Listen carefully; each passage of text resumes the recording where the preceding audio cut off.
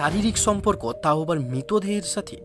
কোনো মানুষের চরিত্র কতটা খারাপ হলে সেই মানুষটা মৃতদেহের সাথে 1 দিন নয় 2 দিন নয় গোটা 1 বছর একজন নয় দুইজন নয় 48 জনের সাথে শারীরিক সম্পর্ক করতে পারে। যখন কোনো মানুষের মাথায় নেশা চাপে তখন সেই মানুষটা ভুলে যায় তার লিমিট কতটা, তার সীমা কতটা। তখন সে তার সমস্ত সীমা ছাড়িয়ে যায়। এই কেসটার ব্যাপারে যদি আপনি জানেন তাহলে আপনি বুঝতে পারবেন যে একটা মানুষ কতটা নোংরামো করতে পারে, একটা মানুষ কতটা নিচে নামতে পারে। ছোটবেলা থেকেই প্রতিটা মানুষ কবরস্থানে যেতে ভয় পায়। কবরস্থান এটা সেই জায়গা যেখানে মানুষের মৃত্যুর পর তার মৃতদেহটিকে দাফন করা হয়। আজকের এই কেসটি হলো কবরস্থান নিয়ে, তবে এই কেসটি ঘটেছে পাকিস্তানে। এই কেসটি সম্পূর্ণ শোনার পর আপনি এটা ভাবতে বাধ্য হবেন যে মেয়েরা না ঘরে সুরক্ষিত, না বাইরে, না জীবিত অবস্থায় সুরক্ষিত, না মৃত অবস্থায়, এমনকি তারা কবরেও সুরক্ষিত নয়। তো আসুন শুরু থেকে শুরু করা যাক দেশ দুনিয়ার ডার্ক রিয়ালিটি। পাকিস্তানের একটি জায়গার নাম হচ্ছে সারগোদা। পাকিস্তানের এই অঞ্চলে বেশি সুযোগ সুবিধা নেই, তাই এই অঞ্চলের বেশিরভাগ মানুষ অন্য কোনো জায়গায় কাজকর্ম করে অর্থ উপার্জন করত। তেমনই একজন ব্যক্তি ছিলেন মোহাম্মদ রিয়াজ। রিয়াজ সারগোদা থেকে লিখিতাবাদে এসে পৌঁছায় কাজের উদ্দেশ্যে, এবং কিছুদিন ঘোরাঘুরি করার পর সে একটি কবরস্থানে কাজ পায়। তার প্রধান দায়িত্ব ছিল কবরস্থানে জল দেওয়া এবং কবরস্থানের আশেপাশে যত বয়স্ক মানুষ ছিল তাদের দেখাশোনা করা। অর্থাৎ সেই কবরস্থানে থেকেই কবরস্থানের কাজ করত। সেখানে তার পরিচয় হয় বাজেরা নামক একটি ছেলের সাথে। দিন দিন তাদের বন্ধুত্ব গভীর থেকে আরও গভীরতম হতে থাকে। একদিন রেয়াজ বাজেরাকে একটি কবর খুঁড়তে দেখে এবং তাকে ওই কবরের মধ্যে ঢুকতে দেখে। আবার এর কিছুক্ষণ পর বাজেরাকে ওই কবর থেকে বাইরে বেরিয়ে আসতে দেখে। এরপর বাজেরা সেই কবরটিকে আবার ঢাকা দিয়ে দিচ্ছে মাটি দিয়ে। তখন রেয়াজের মনে একটি প্রশ্ন ওঠে যে কেন বাজেরা এরকম করছে। কিছুদিন ধরে বাজেরাকে লক্ষ্য করার পর রেয়াজ বুঝতে পারে বাজেরা প্রায়শই এরকম করত। কোনো কবর খুঁড়তো এবং সেই কবরের ভিতরে প্রবেশ করত, আবার কিছুক্ষণ পর সেই কবর থেকে বেরিয়ে এসে সেই কবরটিকে মাটি জাঁকা দিয়ে দিত। এবার রেয়াজের মাথায় এক প্রশ্ন উদিত হয় যে কেন বাজেরা কোনো কবর খুঁড়তো এবং তার ভিতর প্রবেশ করত, আবার সেই কবর থেকে বেরিয়ে এসে কবরটিকে আবার আগের মতো করে দিত, কেন? যখন রিয়াজ অনেক ভাবনা চিন্তা করার পরেও এর কোনো উত্তর পাচ্ছিল না, তখন সে সোজাসুজি বাজেরাকে জিজ্ঞেস করে। অবশেষে বাজেরা সমস্ত বিষয়টি রেয়াজকে খুলে বলল। সে জানায় প্রতিদিন কবরের দেখভাল করার সময় সে সমস্ত যুবতী মেয়েদের কবরগুলো শনাক্তকরণ করে রাখত। রাত হলেই সে কবরগুলো খুঁড়ত এবং খুঁড়ে ভিতরে প্রবেশ করত। ভিতরে প্রবেশ করে সে ওই মৃতদেহের সাথে শারীরিক সম্পর্ক করত।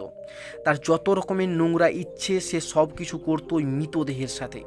তার শারীরিক খিদে মিটে গেলে সে বেরিয়ে আসতো কবর থেকে, আর কবরটিকে আবার আগের মতো মাটি চাপা দিয়ে দিত। বাজেরা রেয়াজকে বলার পর রেয়াজ বিষয়টি সম্পর্কে জানতে পারে। যদি কোনো বন্ধু এরকম ব্যাপারে জানতে পারে তাহলে তার প্রধান কাজ কি হবে? তার বন্ধুকে বাধা দেওয়া, কি তাই তো? যদি না শোনে তখন তাকে পুলিশের হাতে তুলে দেওয়া। কিন্তু রেয়াজ ঠিক এর উল্টো কাজ করে। রেয়াজ বাজেরার সাথে যুক্ত হয় ওই কুকর্মে। প্রতিদিন তারা দুজনে মিলে যুবতী মেয়েদের কবরগুলো শনাক্তকরণ করত এবং রাতের বেলায় তারা কবর খুঁড়ে কবরের ভিতর প্রবেশ করে মৃতদেহের সাথে নোংরা নোংরা কাজ করত, নিজেদের শারীরিক খিদে মেটাতো। এভাবেই চলছিল। হঠাৎ একদিন বাজেরার মৃত্যু হয়। তার কারণ সে প্রচণ্ড পরিমাণে ড্রাগস সেবন করত, আর এই কারণের জন্যই বাজেরার মৃত্যু হয়। বাজেরার মৃত্যুর পর রেয়াজ এই কাজটি আরও বাড়িয়ে তোলে। সে প্রতিনিয়ত এই কাজ করতে থাকে। কয়েক মাস এই কাজ অনবরত করার পর হঠাৎ একদিন এক ঘটনা ঘটে যায়, যার কারণে রেয়াজের এই নোংরামো সবার সামনে আসে। সালটা 2011 অক্টোবর মাস। সন্ধেবেলায় হালকা হালকা বাতাস বইছিল। তাদের পদ্ধতি মতো রেয়াজ কবর খুঁড়ে কবরের ভিতরে যায় এবং সে তার নোংরা শারীরিক খেলায় মত্ত হয়ে যায়। হঠাৎ রেয়াজ লক্ষ্য করে যে সে এতক্ষণ ধরে যে মৃতদেহের সাথে এই নোংরা শারীরিক খেলায় মেতে উঠেছিল তার চোখগুলি খোলা এবং দাঁতগুলি বেরিয়ে রয়েছে। রেয়াজের মনে হচ্ছিল যেন মেয়েটি তাকে দেখে হাসছিল। এইসব দেখে রেয়াজ ভয় পেয়ে যায় এবং সে কবরস্থান থেকে বেরিয়ে এসে দৌড় দিতে লাগে। আর এই ভয়ের কারণে সে কবরটিকে ঢাকা দিতে ভুলে যায় এবং সে দৌড়তে দৌড়তে মানুষের কাছে গিয়ে পৌঁছায় এবং সেখানে সে পৌঁছে তাদেরকে জানায় মেয়েটি এখনও জীবিত আছে এবং সেই মেয়েটি তাকে দেখে হাসছে। রেহেজের কথার মাথামুন্ডু কিছু বুঝতে না পেরে তারা কবরটির সামনে আসে এবং কবরের সামনে এসে তাদের আর বুঝতে বাকি থাকে না যে মৃতদেহের সাথে কী নোংরামো হয়েছে।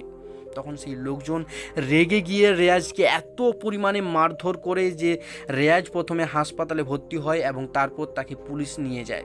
এরপর যখন পুলিশ তাকে জেরা করে তখন এমন একটি তথ্য বেরিয়ে আসে যা সবাইকে চমকে দিয়েছিল। সে অনবরত 48টি মৃতদেহের সাথে শারীরিক সম্পর্ক করেছিল। রেয়াজ যখন পাকিস্তানের জেলে আছে।